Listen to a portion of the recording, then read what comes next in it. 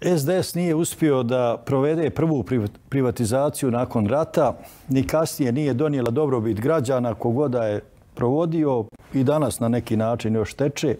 Kako vi vidite taj proces i zašto to nije moglo da se bolje uradi? Koji mnoge druge stvari. Mi smo imali u našoj, malo prije sam rekao, skupštini, vladi, gospodu, školovano koliko je školovano, ali to se moglo dogovoriti. Međutim, tadašnji jedan visoki funkcioner, evo da mu ime ne pominjemo, da meni je strah nikoga osim Boga,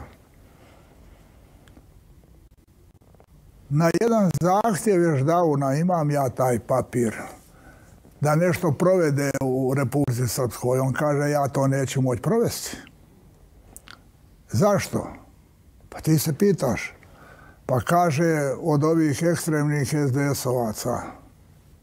Kakvih SDS-ovaca? Da ih meni na papir i da ih sve suspendujem, da ih ne bude. Gospodo, Jeseš Daun po njegovom rukom to potpisao, ali je taj papir pisan u kancelarijama SDS-a. Kažu da se nasmijao Daun kad smo mu predali papir.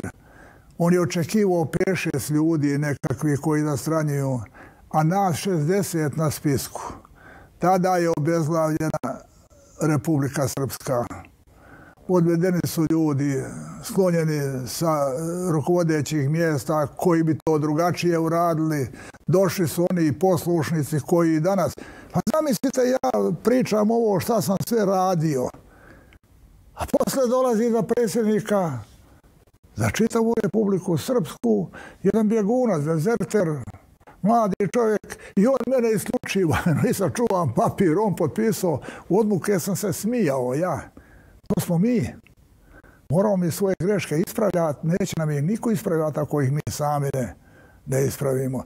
Tako je SDS posrnuo. Došli su, prešli zadnji pred prve, to se kod nas kaže onim starim riječnikom.